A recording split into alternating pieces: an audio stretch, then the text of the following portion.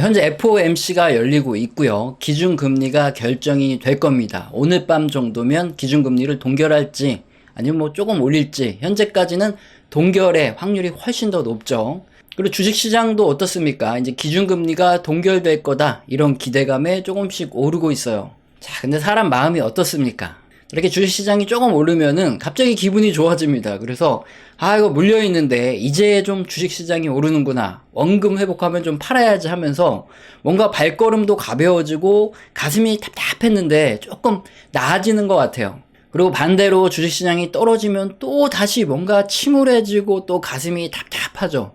이렇게 일희일비하면 안 돼요. 굉장히 안타깝지만 뉴스라든가 유튜브, 증권 방송, 이렇게 경제 채널들에서 매일매일 보도하는 내용 대부분은 단기 트레이더들 있죠. 뭐 초단타 트레이더들, 이런 분들을 위한 방송이에요. 자, 이게 무슨 소리냐 하실 수 있는데, 이게 투자를 짧게 하시는 이런 분들은 매일매일 발표되는 뉴스들이 가장 중요합니다. 기업의 밸류에이션이 어떻고 거시경제 상황이 어떻고 이런 건 사실 별로 중요하지 않아요.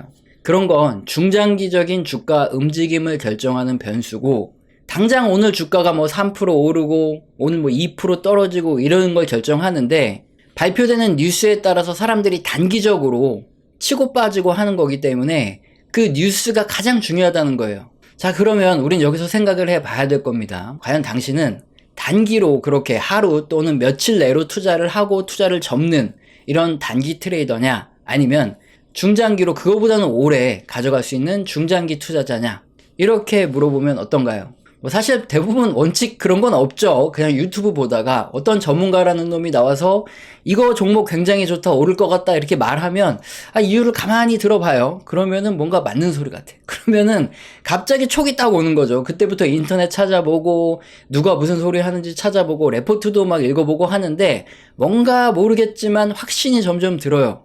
그러면은 그냥 매수 버튼을 눌러버립니다. 자, 그러다가 뭐 뉴스에서 미연준이 기준금리를 동결해서 주가가 오른다 그러면은 내 종목도 오르겠거니, 그냥 막연하게 생각하면서 주식시장도 오르니까 내 것도 오르지 않겠냐, 이게 기분이 좋아졌다가 주식시장이 빠지고 누가 뭐 경기 침체 온다 그러면은 힘들고, 이렇게 반복될 수밖에 없는 이유예요. 나의 원칙을 갖고 투자한 게 아니라 뭐 그냥 투자를 했기 때문에, 내가 단기로 투자할 건가 뭐 중장기로 투자할 건가 이런 거 전혀 생각을 안 했기 때문이라는 거죠. 그러다 보니까 확증 편향이 굉장히 강해져요. 내가 생각하고 싶은 대로만 듣는 걸 확증 편향이라 그러죠. 유튜브에서 누가 주식시장이 막 오른다 그래요. 그럼 내가 지금 사가지고 물려있으니까 그 사람 말이 맞다는 확신이 듭니다. 그래서 그런 소리 하는 애들, 오른다는 애들 것만 골라 듣게 돼요. 근데도 그 중에 이렇게 뭐 피셔 같은 놈이 주식시장이 떨어진다, 뭐 경기 침체가 온다 그러면 왠지 넌 나쁜 놈 같고 이거 완전 죽여버리고 싶죠. 그래서 안 보고 댓글에다가 욕 한 바가지를 하고 싶고 막 그런 마음이에요. 근데 이제 몇 달 전부터 이제 시간이 지나도 주가가 오른다 하더니 계속 빠져요. 자, 그러면은 그렇게 철석같이 믿던, 주식시장이 앞으로 오른다고 하던 그 전문가라는 그 놈이 갑자기 반대로 미워지기 시작합니다. 네가 진작에 떨어진다고 그런 얘기를 했으면 내가 손절을 했을 텐데 내가 저놈 때문에 손실봤다, 이렇게 원망이 막 가득 차죠. 그러면서 또 그때 누가 하락한다 그랬지? 맞아, 뭐 피셔, 얘가 하락한다 그랬지. 자, 이제 얘 얘기나 좀 들어볼까, 이렇게 변하는 거죠. 제가 말씀드린 이 부분에 어느 부분이라도 내 얘기다 이런 부분이 있으시면 일단 주식 투자를 중단하셔야 됩니다. 왜냐? 앞으로 더 큰 손실, 더 나가서는 정말 자산을 탕진할 수 있기 때문에 그래요. 그러면 어떻게 하는 게 맞을까요? 우선은 내가 단기 트레이더인지 중장기적으로 투자하는 트레이더인지, 직장도 있고 생업도 있고 뭐 가족도 있고 가정도 있어서 이렇게 전업 투자자들처럼 주식에만 모든 시간을 집중할 시간이 안 된다. 그러니까 나는 매수를 하고 나서 묻어놓고 몇 개월이든 기다려서 수익을 볼 생각이고, 뭐 혹시 물리면 그 워렌 버핏처럼, 뭐 물론 비자발적이긴 하지만 어쨌든 장기 투자자가 돼서 뭐 30년 보유할 게 아니면 한 주도 사지 않는다, 뭐 이런 소리로 자기 자신을 위로하면서 기다려본 적이 있다. 그래서 원금 근처까지 가서 간신히 빠져나온 적도 있다. 이런 투자를 해왔다면 이분은 중장기 투자자예요. 자, 이렇게 내가 어떤 투자자인지 확실히 기준이 잡혔다면 경제 뉴스를 듣건 어떤 투자 정보를 듣건 이게 정말 나에게 필요한 소식인지 아닌지 이런 걸 생각하면서 들으셔야 됩니다. 내가 중장기 투자자다 그러면 이 FOMC가 뭐 기준금리를 동결하든 올리든 이거보다 더 중요한 소식이 무엇일까요? 자, 바로 이번 10월 말에 며칠 전에 발표된 PCE 물가지수가 우리한텐 훨씬 더 중요한 지표예요. 그리고 우리들은 이번에 미연준이 어떤 결정을 내릴지도 예측을 하고 있어요. 왜냐? 자, 얘기를 한번 들어보세요. 미연준이 기준금리를 올리거나 또는 동결하거나 내릴 때 무엇을 보고 결정을 하냐? 지금 그림의 PCE 물가지수를 보고 결정을 합니다. PCE 물가지수에서 변동성이 좀 큰 식품과 에너지를 뺀 나머지 품목만 가지고 산출한 게 바로 근원 PCE 물가인데, 그림 보시면 10월에 며칠 전에 발표된 PCE 물가지수는 3.4% 증가했고 근원 PCE 물가지수는 3.7% 증가해요. 그래서 근원이 이렇게 뚝 떨어지고 있는 반면에 헤드라인 전체 식품과 에너지 전부 다 포함한 물가는 바닥 찍고 다시 올라가고 있어요. 미 연준은 뭐라고 하고 있냐? 1970년대부터 80년대 사이에 하이퍼 인플레이션이라고 금리가 엄청나게 많이 올랐어요. 그 이유가 뭐냐면 1960년대부터 금리가 막 올라서 경기가 침체되려고 그러고 떨어지려고 그러면 바로 정치권에서 외압이 들어와서 금리를 낮췄거든요. 금리를 낮추니까 다시 또 물가가 폭등해요. 그러니까 안 되겠다. 1980년대 기준금리가 20%까지 올리면서 미국의 인플레이션이 잡혔죠. 이런 것들을 우리가 참고를 삼아서 지금 완전히 인플레이션에 대한 이런 기대감 자체가 뿌리 뽑히기 전까지는 미 연준은 장기간 고금리를 유지하고 바로바로 금리를 내리지 않겠다. 반복적으로 얘기를 해왔어요. 그런데 마침 지금 이 PC 물가 지수가 바닥 찍고 반등을 하고 있는데, 이 이유가 뭐냐면 여기 PC 지수 중에서 에너지 물가, 국제유가라고 보시면 됩니다. 국제유가의 증가율이 최근에 바닥 찍고 반등해 올라가고 있어요. 거의 똑같은 움직임이 나타나죠. 국제유가 때문에 PC 물가 지수가 올라간다. 이걸 우리가 알 수 있는데, 자, 그렇다면 미연준 입장에서는 이렇게 국제유가도 반등하고 물가 지수 전체가 이렇게 다시 반등을 하고 있으니까 금리를 절대 내릴 생각이 없어요. 동결 또는 더 올렸으면 올렸지 내릴 생각이 없다. 자, 이렇게 하고 있습니다. 미연준과 같은 경우에는 최대 목표가 두 가지입니다. 첫 번째는 물가를 안정시키는 거고, 두 번째는 경제를 성장시켜서 최대 고용을 달성하는 건데, 고용 상황은 이미 너무 좋아요. 그렇기 때문에 어떻게 해서든 물가를 잡으려고 한다. 그래서 근원 PCE 물가가 떨어지건 말건 상관없이 또 너무 더디게 떨어집니다, 사실상. 그러고 있기 때문에 실제적인 PC 물가, 식품과 에너지를 포함한 물가가 반등을 하고 있어서 앞으로 당분간은 이렇게 고금리가 유지될 거다. 이걸 우리가 알 수 있어요. 자, 그나마 다행스러운 부분이 있습니다. 최근에 10년물 국채금리가 급등을 하고 있어요. 미연준이 기준금리를 올리는 건 수요와 공급 중에서 어떤 걸 감소시키는 정책일까요? 수요를 감소시키는 정책입니다. 금리가 올라가면 대출 금리가 올라가니까 사람들이 대출을 받아서 소비를 하기 어렵죠. 그러니까 수요가 줄어들 수밖에 없고, 그리고 은행 금리도 올라가니까 사람들이 돈을 은행에다 많이 넣지 소비하는 데 쓰지 않는단 말이에요. 그래서 수요를 줄이는 정책이 바로 금리를 올리는 정책인데, 자, 국채 금리가 급등을 한다는 소리는 국채 금리는 장기 국채 금리가 특히 그래요.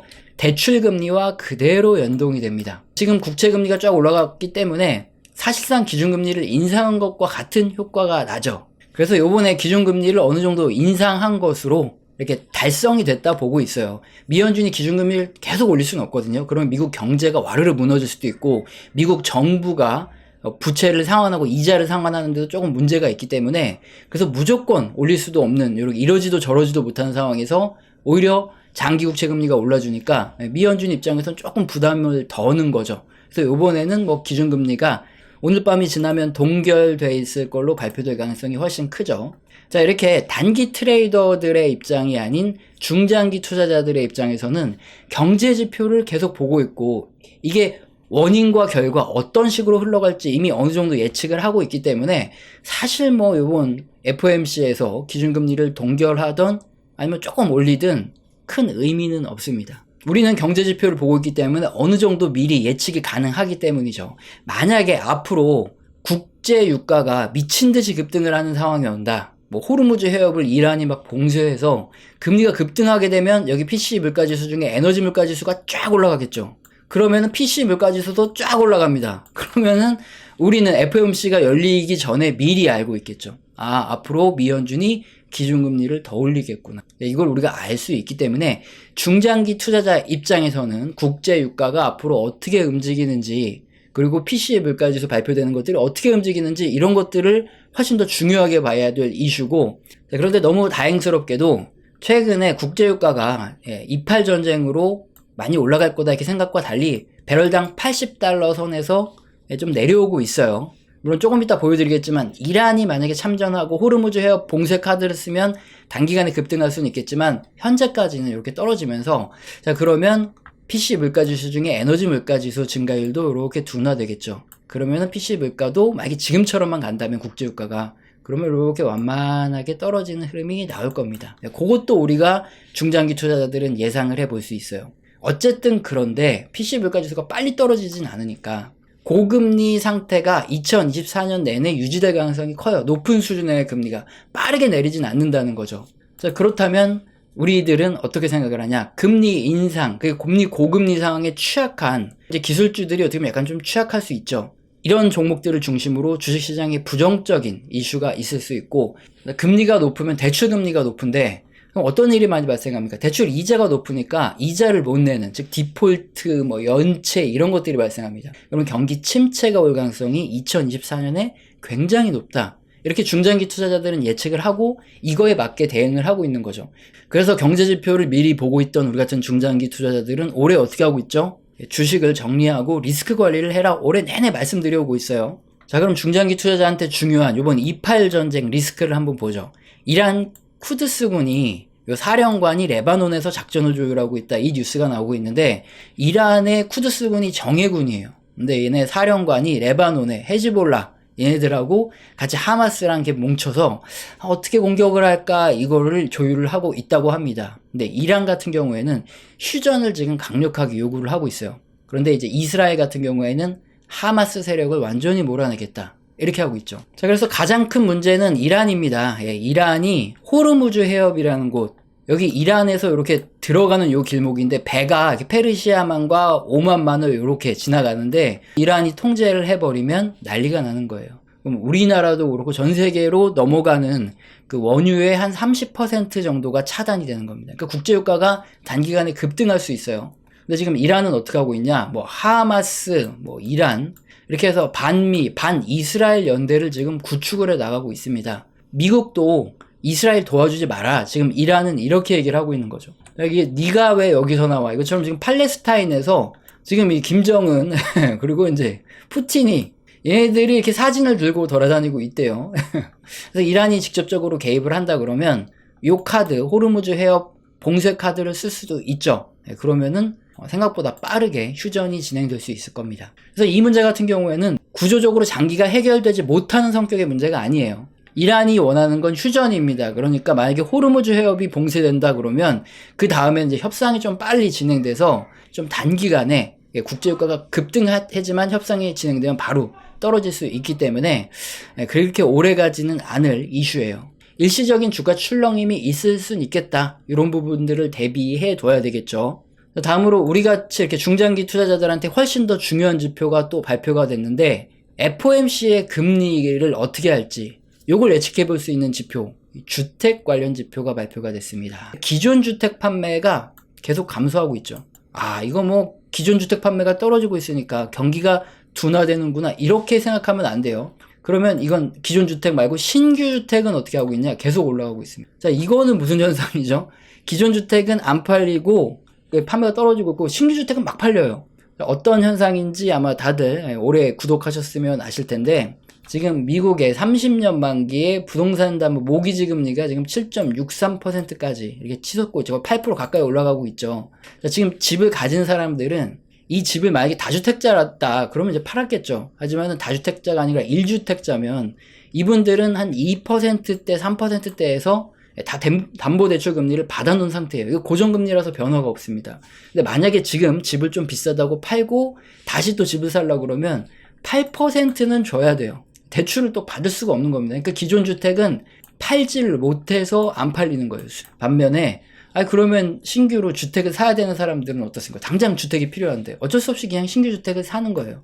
자, 그런데 문제가 있습니다. 신규 주택을 사려고 봤더니 착공이 계속 떨어지고 있어요. 공급이 계속 부족할 거라는 전망이 나오고 있는 거죠. 왜 그러냐? 이 주택을 공급하는 사람들도 원자재 가격 너무 올라가고 인건비 너무 올라가니까 이거 뭐 솔직히 까딱 잘못하다가는 못 팔 수도 있겠다 싶으니까 착공 건수를 줄이고 있는 겁니다. 자, 이렇게 공급은 점점 줄어들려고 하고 그러면 이제 주택을 공급하는 사람 입장에선 비싸게 팔아야 되겠죠. 그러니까 진로우 인덱스, 주택금융청 인덱스, 케이스실러 인덱스 이렇게 3대 미국 주택가격 지수 모두 쫙쫙 올라가고 있어요. 그럼 뭐 인플레이션 얘기하고 FOMC 얘기한다더니 주택가격 얘기는 뭐하러 하고 앉아있냐? 미국의 주택가격은 소비자 물가도 그렇고 아까 살펴본 PC 물가에서도 뭐 거의 30% 이상의 수준으로 굉장히 높은 비중을 차지합니다. 우리나라는 주택가격이 물가에 전혀 영향이 없어요. 뭐 거의 없다고 보셔도 됩니다. 하지만 미국은 거의 한 30% 정도가 주택가격과 물가와 연동이 있어요. 그래서 주택가격이 빠지지 않고 이렇게 올라가면 물가를 잡기 굉장히 어렵습니다. 자, 이렇게 우리 같이 중장기 투자자들은 경제지표를 주요하게 보니까 이렇게 주택가격 지수가 다시 반등하는 모습만 이렇게 봐도 이거 미국 쉽게 물가 안 떨어지겠구나. 잘못하면은 2024년 내년에도 높은 수준의 금리가 계속 유지되겠구나. 이 부분은 우리가 미리 알고 있는 거죠. 자, 이것뿐만 아니라 지금 미국 재무부가 국채를 발행을 해야 되는데 이걸 단기물로 하냐 장기물로 할 거냐 이런 문제도 있는데 이것도 사실 뭐 우리 같은 중장기 투자자한테는 중요한 이슈는 아니죠. 어차피 발행해야 될 물량은 정해져 있는데 그걸 가지고 자기들이 단기로 해서 또 여러 번 반복할 건지 장기로 할 건지 이렇게 정해야 하는 문제이기 때문에 어쨌든 발행은 계속된다. 기준금리가 이렇게 급격하게 떨어질 가능성은 적다. 이런 걸 알 수 있죠. 자, 이렇게 고금리 상태가 지속되면 대출금리가 워낙에 높은 이런 상태가 지속되면 개인이든 기업이든 연체율이 증가하고 이거 못 갚으면 뭐죠? 디폴트가 터지는 즉 경기 침체 가능성이 아주 높다고 볼 수 있어요. 뭐 올해 안 터지면 내년에는 경기 침체가 아주 크게 올 수 있습니다. 그래서 우리는 어떻게 하고 있죠? 중장기적으로 경제지표를 보는 투자자들이니까 올해 리스크 관리를 하고 현금화를 하고 이렇게 원칙대로 리스크 관리를 하고 있죠. 자, 뭐 맞췄냐 틀렸냐 그러니까 봐라 내가 이거 맞췄지 않냐 이런 소리 하는 거 아니라는 거 다들 아실 겁니다. 왜냐하면 경제지표들 다수를 우리가 모니터링 해드리고 있는데 다수에서 뭐 2022년 말부터 시작해서 올해까지 점점 경기가 둔화되고 침체될 가능성이 높다는 경고 지표들이 계속 나오고 있었어요. 그러니까 원칙대로 올해는 아무리 주가가 이렇게 올라가고 있어도 주식 올해는 그냥 반등을 이용해서 팔고 현금 채권 비중 늘려서 안전 비중 늘리는 리스크 관리해라 이렇게 계속 말씀드려온 거예요. 그럼에도 불구하고 어떻습니까? 올해 상반기 내내 주식시장이 상승하는데 이게 피셔라는 인간은 자꾸 주식 팔고 리스크 관리하라고 리스크 관리하라 그러니까 얘는 말 걸러들어라 틀린다 얘 말 듣지 마라 내내 욕을 얻어먹을 수밖에 없었어요. 그래도 어떻게 합니까? 욕이야 뭐 먹을 수밖에 없는 거고 그게 중요한 게 아니라 제 방송 들으시고 뭐 한 분이라도 올해 이렇게 반등할 때 주식 정리하시고 리스크 관리하신 분이 있다 그러면 전 된 거죠. 최근에 정말 메일을 많이 받고 있는데 뭐 덕분에 올해 현금화를 잘하고 아무 걱정 없이 지내고 있다. 혹시나 이제 폭락 오면 저가에 쓸어 담을 준비를 하고 계셔서 기분 좋다. 혹시나 반등하게 되더라도 그러면 이 경기가 회복될 때 알려주세요. 이런 분도 계시고 반면에 진작에 현금화를 좀 할 걸 올해 더 오른다 그래서 뭐 대출까지 껴서 투자를 했는데 손해가 너무 크다. 이거 중소형주 투자했는데 어떻게 해야 되냐. 막막하다. 이런 내용도 있어요. 우리 채널 시청자분들은 뭐 아마 폭락이 두렵지 않게 리스크 관리를 잘 하신 분들이 더 많으실 거라고 생각이 되고 그렇기 때문에 앞으로 혹시나 이제 폭락이 오면 경기 침체가 터지면 저가에 쓸어 담을 준비를 하고 있어야 되고 우리는 이제 그때 저가에 쓸어 담을 거고 그리고 뭐 폭락이 안 오더라도 약한 경기 침체가 오더라도 최소한 우리는 실물 경제 지표가 살아나는 즉 우리가 주식으로 투자를 했을 때 수익을 볼 확률이 높은 구간에 그때 투자를 하자고요. 그땐 제가 다시 이게 존버 인베스트로 그때 돼서 이제 존버 말씀을 드리겠습니다. 우리 채널에서는 영상 시청하시고 도움이 되셔서 순수하게 후원 주시는 감사하신 분들이 계시죠. 제가 감사합니다라고 말로만 때우지 않고 소통을 합니다. 한 달 정도 동안 저희 교육 같은 소통을 이렇게 매주 진행을 하고 있어요. 여기서는 거시경제의 사이클뿐만 아니라 각 산업의 사이클, 업황과 함께 움직이는 종목, 기업들에 대한 얘기도 나오죠. 공개된 영상에선 하기 힘든 이런 민감한 얘기들도 많이 나오고 있으니까 영상 하단에 설명란 꼭 읽어보시고 내가 해당된다 하시면 메일 주시길 바랍니다. 그리고 영상 맨 마지막에는 우리 채널에서 그동안 어떤 얘기를 했고 과거에 어떤 얘기를 했고 지금은 어떤 스탠스인지 이런 것들 가감없이 솔직하게 말씀드리고 있으니까 보시고 도움을 받으셨으면 좋겠습니다. 이제 과거에는 어떻게 의견을 냈었는지 이런 거 항상 증거 영상도 계속 올려드리는데 귀찮아요. 그래서 그냥 바로 설명을 드릴게요. 우리 엔비디아의 차트가 바로 우리 흑역사를 그대로 증명합니다. 제가 2019년에 유튜브를 시작했는데 2019년 말에 60% 채권을 가지고 있어라 이렇게 얘기했다가 엄청나게 욕을 먹었어요. 비아냥을 거의 한 2020년 3월 코로나 터지기 직전까지 들었습니다. 그랬는데 다행히 현금 갖고 있다가 저점 매수 이제 해야 된다. 우리 현금 갖고 있으니까 이 얘기했다가 블렌집에 부채질 하냐 이러면서 어마어마하게 쌍욕을 먹었어요. 아니 그러면 이게 맞춘 거잖아요. 그럼 이제 경제 채널에서 뭐 와 이러면서 성지순례 어쩌고 저쩌고 하면서 구독자가 늘어야 되잖아요. 근데 구독자가 안 늘어요. 조회수도 안 늘고 구독자도 안 늘어 맞췄는데. 그런데 왜 구독자가 늘었냐? 이때 국뽕 영상 같은 거. 그때 우리 기업들한테 전화 돌려가지고 일본에서 이제 수출 규제하기로 했던 품목들 있죠. 그런 거 만들 수 있냐? 그거 만들 수 있다. 그래가지고 그거 방송했다가 국뽕 영상이 터져서 국뽕 채널로 떡상했어요. 그래서 그때 잠깐 국뽕으로 갈까 하다가 도저히 못하겠다. 경제 채널 본연의 임무로 돌아오자 해서 이렇게 그때 이제 구독자가 늘은 거지 이게 저점 매수를 맞춰서 는 게 아니에요. 어쨌든 2020년 이제 하반기 들어가면서 한 6월, 7월, 8월 넘어가면서 엔비디아, 나이키, ASML, 빅테크주들이 아주 자주 언급됐습니다. 저도 이제 샀다고 이때 얘기를 하는 바람에 졸지에 추천주가 돼버렸어요. 물론 이런 채널에서 추천주 이런 건 안 하는데 어쨌든 2020년부터 계속 존버 인베스트 했던 기간이죠. 그래서 우리 채널 보면은 이제 어디 뜸하게 가 있다가 어디 이제 처물려가지고 마음고생 하시는 분들이 우리 채널에 와서 존버 하라는 거 얘기 듣고 위안을 삼고 가던 때가 2020년부터 2022년 한 4, 5월 요때까지예요. 근데 2022년 4월에 그때 이제 전향을 하죠. 존버가 아니다. 근데 이때 3월부터 4, 5월 뭐 이때까지 계속 기술주에 대한 우리가 갖고 있는 거 요 정도면 뭐 많이 먹었지 않냐 이렇게 매도 의견을 냈다가 얘기도 안 하고 매도로 전환했다. 존버에서 매도로 갑자기 금세 손바닥 뒤집듯 바뀌었다 하면서 엄청나게 욕을 먹었어요. 변절자 이렇게. 그래서 그때 댓글창이 다 낀 거예요. 욕을 너무 먹으니까. 자, 그렇게 이제 매도를 해야 되는데, 문제는 제가 분할 매도를 하는 바람에, 2022년 5월 이후에 급락을 했어요, 기술주들이. 그래서 못 팔고 물렸습니다. 그래서 2022년 내내 영상 보시면은 2023년쯤에, 초쯤에 아마 뭐 기준금리 인상 중단 얘기 나오고, 뭐 그러면서 반등이 있을 것이다. 그때 팔자. 그때 팔고, 그 다음에 이제 현금 잘 가지고 있자. 2022년에 이제 그런 얘기 굉장히 많아요. 왜냐면 이제 경제 지표들이 하나, 둘씩 경기 둔화, 침체에 대한 얘기가 나오기 시작했으니까. 어쨌든 우리는 팔아야 되니까.